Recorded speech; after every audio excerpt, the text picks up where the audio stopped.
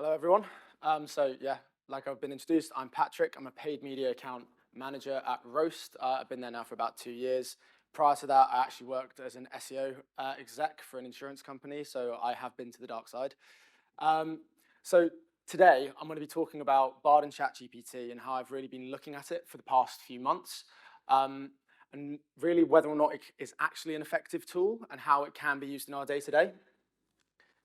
But first, a little bit about myself. So I consider myself a pretty active person. I play lacrosse. I've been lucky enough to play in a few countries in Europe, including Prague and France.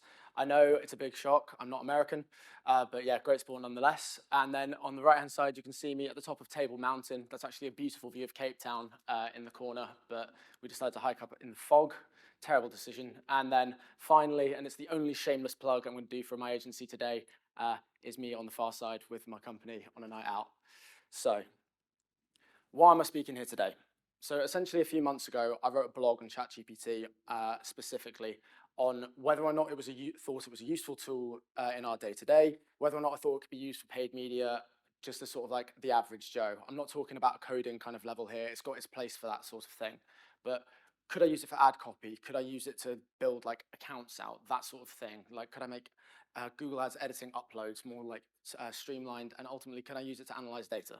And the conclusion at that point was that it wasn't quite ready for that sort of thing. That's very much where it's headed, and it can definitely, will definitely rather be used for that sort of thing in the future. But at that point, not at all. And then following that blog, my director wrangled me into a event where we spoke to a few industry experts on a Shaping the Future event, and that was just us talking about the different AI models. More specifically for us, we were focusing just on ad copy.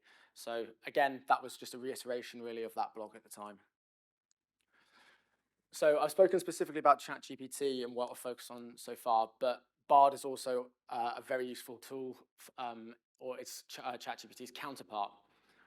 If I'm using these AIs, it's something that I use together rather than picking one as a brand loyalty side of things. I know that a lot of us are big fans of Google over Microsoft, but ChatGPT still has its place, and same with Google. So Google, Bard, I would use more for its capabilities around landing page scraping. It says that it can't do it, but it outright can.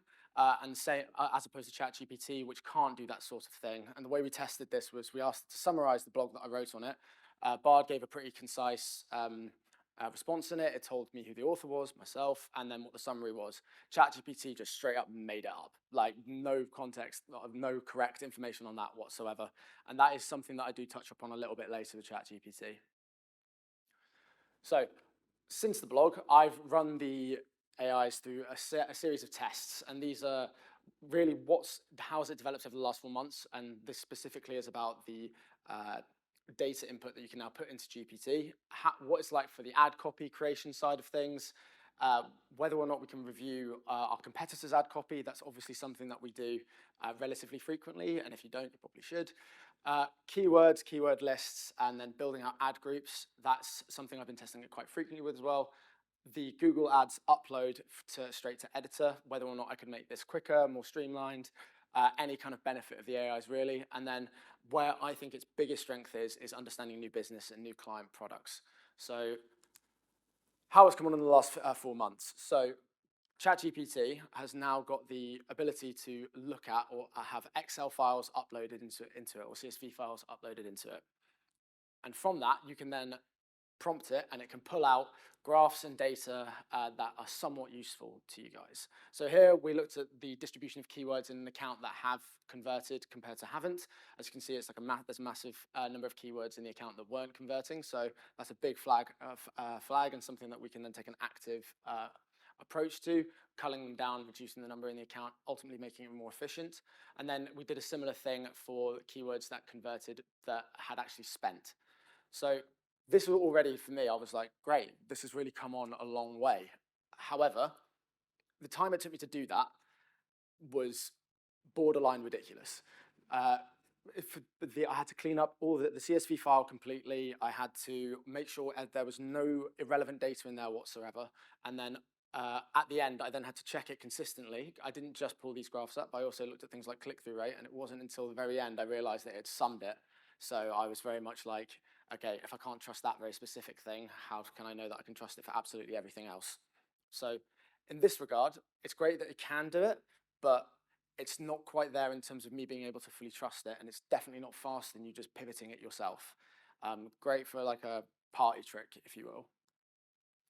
Next, I'm looking at ad copy creation. So this is one of the big strengths, I think, of GPT and Bard. As a language model, you semi-expect it. But so what we did, and this is just a still of what some of the, like an example of a prompt, and we just asked it to create a responsive search ad for Coca-Cola. So it built out 3 headlines, 2 descriptions. So uh, the bare minimum, basically. We then like pushed it a bit further, like, okay, can we have 15 headlines, 4 descriptions? And it then did that. The big then caveat with that was like, okay, so this doesn't adhere to the character limits within Google. As we all know, 30 characters for a headline, 90 for a description. So I asked it, can we restrict it to that? Total disobedience. It didn't matter if I got it to define a character. It didn't matter if I said just reduce it to 90 repeatedly. I even scolded it at one point, which was very, very ineffective. So I began thinking, like, really, does this actually have a place? And the answer is yes. It's fantastic for inspiration. You can put in the same prompt maybe 4 or 5 times, or just alter it very slightly, and you're going to get a different set of headlines, different set of ways of advertising the product. Often we can get quite bogged down with keyword plugging, making sure our ads are super specific to make sure we've got the best like quality score and ad strength, that we often forget that we're also trying to push a product. So when you're trying to create a huge number of headlines, you don't want the exact same thing repeated. So for inspiration, fantastic. This is never going to be something, or not, at least not for now, that you're going to be directly able to upload. So competitor ad copy reviewing. Mixed is what I'm going to say on this one. The one thing that I found quite irritating was that I was hoping, so Bard, as I've already said, can scrape some landing pages. So I would just dump what I'd searched, I'd take the URL from that and ask it to say what what competitors were serving and what their ads were kind of like tailored towards. And each time, completely different response. I did think potentially that was just because, as we all know, each SERP is unique. So I was hoping that eventually if I just keep pressing enter, I would get the same kind of competitors. Didn't happen, and ChatGPT, it was the less said the better, really. So the way to get around this is a literal copy and paste solution. So it's not particularly time efficient, but ultimately what you can get out of it is this on the right. So using my revolutionary color coding system, this is basically what was correct from the ad copy. So I asked it to put out the confirmation, the cognitive biases that this ad was showing. The ones in green was pretty much on the money. Yellow, there was some mental gymnastics involved in order to get there, but I could kind of see it. Red, just like, no, just absolutely not. So realistically, for this kind of thing, I'm not totally sold on it yet, and it really kind of hammered home the point to me that a lot of the time ChatGPT and Bard will do their best to sound correct rather than actually being correct. So a lot of the time you do have to take what they're saying on this kind of thing with a pinch of salt, and because of that reason, I'm a little bit skeptical behind it.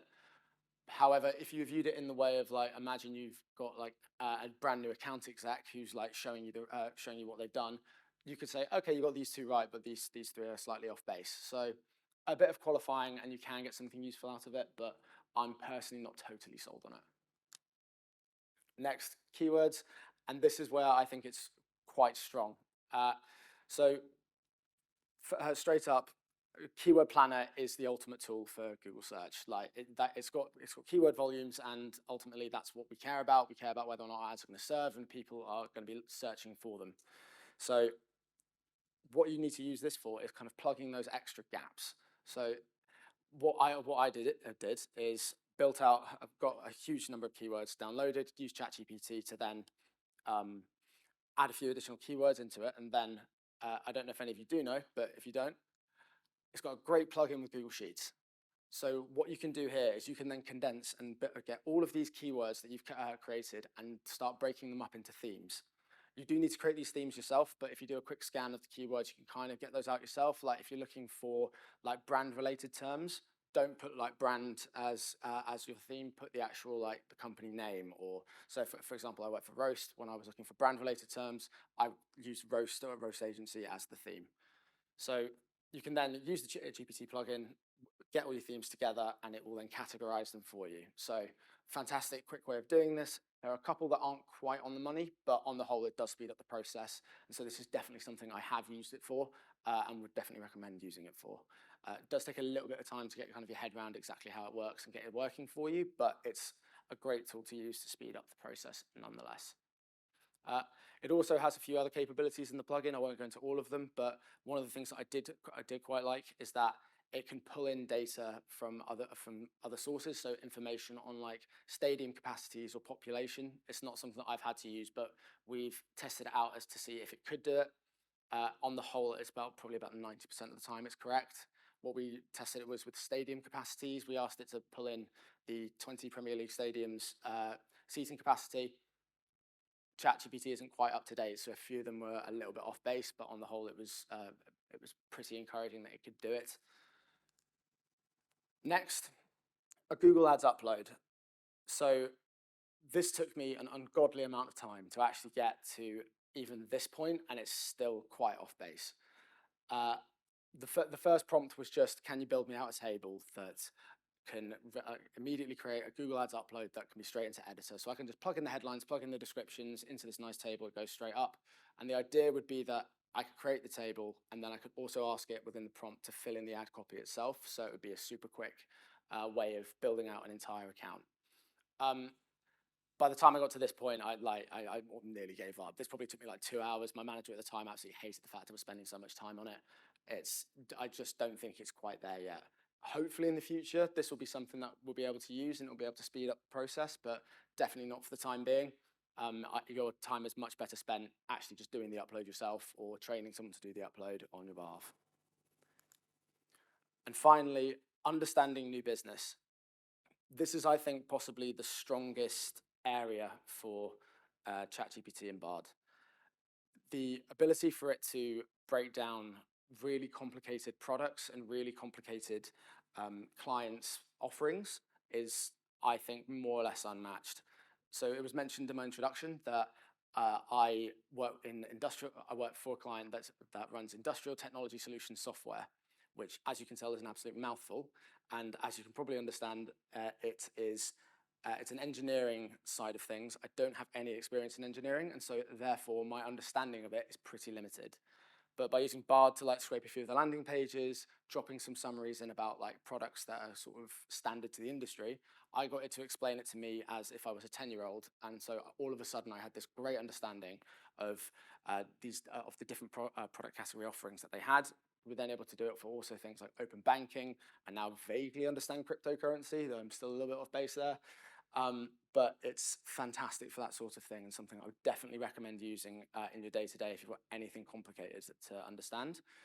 This also works extremely well for pitches. So I don't know how many people have been pitching like crazy recently, but if you're going from one company to the next, getting a quick summary about what they're actually offering or what the kind of industry is about, fantastic for that sort of thing. It can give you a bit of a head start in just making sure that you are totally to grips with what the client or potential client is offering. So, my opinion on the AI, or AIs even. So, as you probably can guess from the talk, I'm pretty 50-50 on what it's able to do.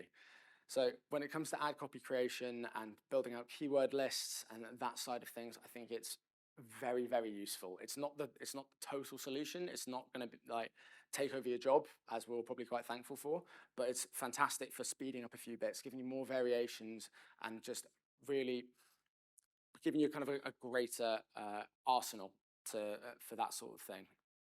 But a lot of the time, it does still fall down. It doesn't have client context that we all have from getting to know our client, understanding the niches of their business. So if we have a car company, so I've worked previously with Mercedes-Benz, and a lot of the time they want their Mercedes-Benz to appear next to each other. If you're asking ChatGPT or Bard to write copy on Mercedes-Benz, it will drop parts of it, and ultimately it can end up looking a little bit sloppy, as if like you don't care about what your client's brand guidelines.